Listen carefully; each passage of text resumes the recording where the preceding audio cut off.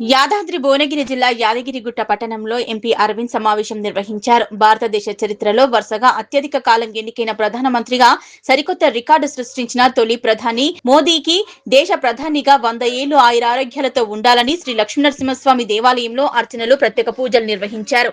MP Arvind మాట్లాడుతూ ప్రపంచ ప్రియతమ నేత ఈ ప్రజాస్వామ్య దేశం ప్రజాస్వామ్యబద్ధంగా ఎన్నికే 12 ఏళ్లు పూర్తి చేసుకున్న సందర్భంగా బీజేపీ ప్రవేశపెట్టిన పథకాలను వివరించారు.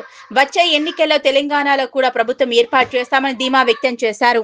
ఈ కార్యక్రమంలో వర్ధన్ రెడ్డి, గూడూరు నారాయణ రెడ్డి, ఏలే చంద్రశేఖర్, పడమటి జగన్మోహన్ రెడ్డి, పన్నాల చంద్రశేఖర్ రెడ్డి, యాదిరెడ్డి, రచ్చ శ్రీనివాస్, కర్రే ప్రవీణ్, యాదాద్రి జిల్లా నాయకులు, రాష్ట్ర నాయకులు పాల్గొన్నారు.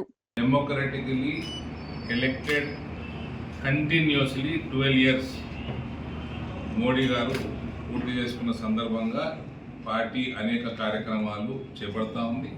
ప్రతి జిల్లాలో, ప్రతి అసెంబ్లీ నియోజకవర్గంలో మందిరాలలో పూజలు. ఇవాళ కూడా మీడియా సమావేశమైనాక శిక్షణ శిబిరాలు ముగించుకొని యాదగిరిగుట్టలో ప్రత్యేక పూజలు మోదీ గారి కోసం చేయడం జరుగుతూ ఉంది. ఈ 12 సంవత్సరాలలో మనం కంపేర్ చేసుకుంటే నెహ్రూ గారి సమయం కానీ, ఇందిరాగాంధీ సమయం కానీ ఏ అపోజిషన్ పార్టీ లేవు. మన రాష్ట్రంలో కూడా 1982లో 83లో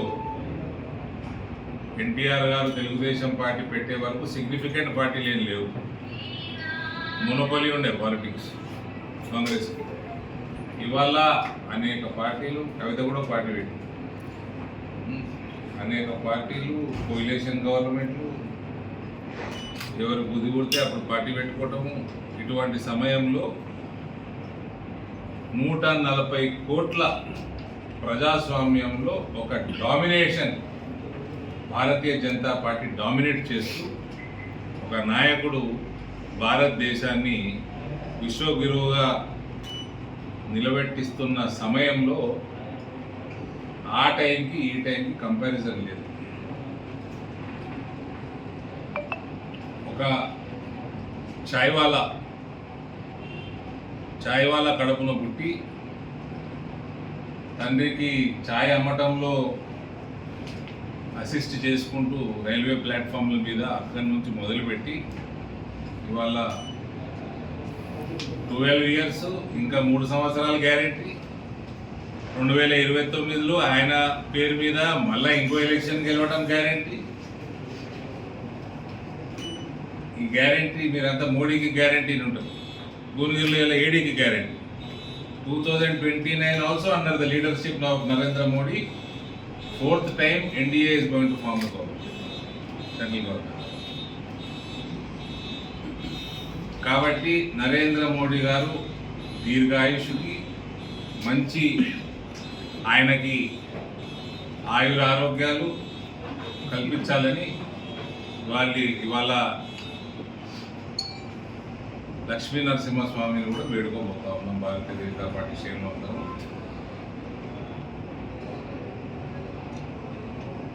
ఈ గత 12 సంవత్సరాలలో $5 ట్రిలియన్ ఎకానమీ వైపు భారతదేశము దూసుకుపోతా ఉంది. 4 ట్రిలియన్ ఎకానమీ అంచులో మనం ఉన్నాం. ఇప్పుడు మనకి 2013-14 పోలిస్తే అప్పుడు 6.38 లక్షల కోట్లు డైరెక్ట్ ట్యాక్స్ కలెక్షన్ ఉండేది. ఇప్పుడు 27 లక్షల కోట్ల రూపాయల ట్యాక్స్ కలెక్షన్కి మనం భారతదేశంలో ఇవాళ అంటే దాదాపు 4.5 టైమ్స్ పెరిగింది లాస్ట్ 12 సంవత్సరాలు. Inflation down from 7% in 2014 to 4.5% in 2026. అదే అమెరికా లాంటి దేశంలో 1.6 నుంచి 3.2 డబుల్ అయింది లాస్ట్ 12 ఏళ్లలో. ఆస్ట్రేలియా లాంటి దేశంలో 2.5 నుంచి 4% పెరిగింది. భారతదేశము ఇన్ఫ్లేషన్లో రివర్స్లో తగ్గుతూ ఉంది. 7% నుంచి 4.5% తగ్గింది. ఇది ఎకనామికల్గా భారతదేశం ఎంత బలపడతా ఉందో దీన్ని బట్టి దానికి నిదర్శనం.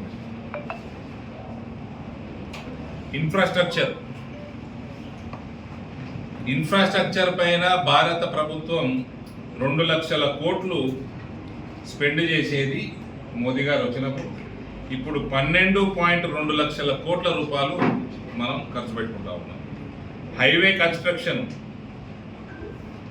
11.6 కిలోమీటర్లు రోజుకి హైవేలు వేస్తుంటే ఆ టైంలో 2014లో ఇప్పుడు 34 కిలోమీటర్లు ప్రతిరోజు రోడ్ కన్స్ట్రక్షన్ జరుగుతూ ఉంది, కంప్లీషన్ అవుతా ఉంది. ప్రతిరోజు 34 కిలోమీటర్ల రోడ్డు హైవేలు మనం కట్టుకుంటా ఉన్నాం.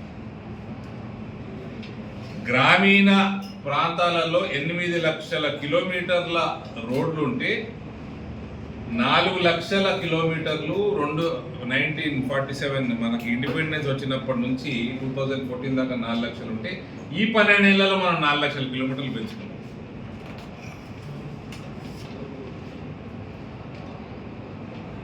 బ్రాడ్ గేజ్ రైల్వేస్ లో 99.6% మనం ఎలక్ట్రిఫై చేసినాం. ఇవన్నీ కూడా ఈ 12 సంవత్సరాలు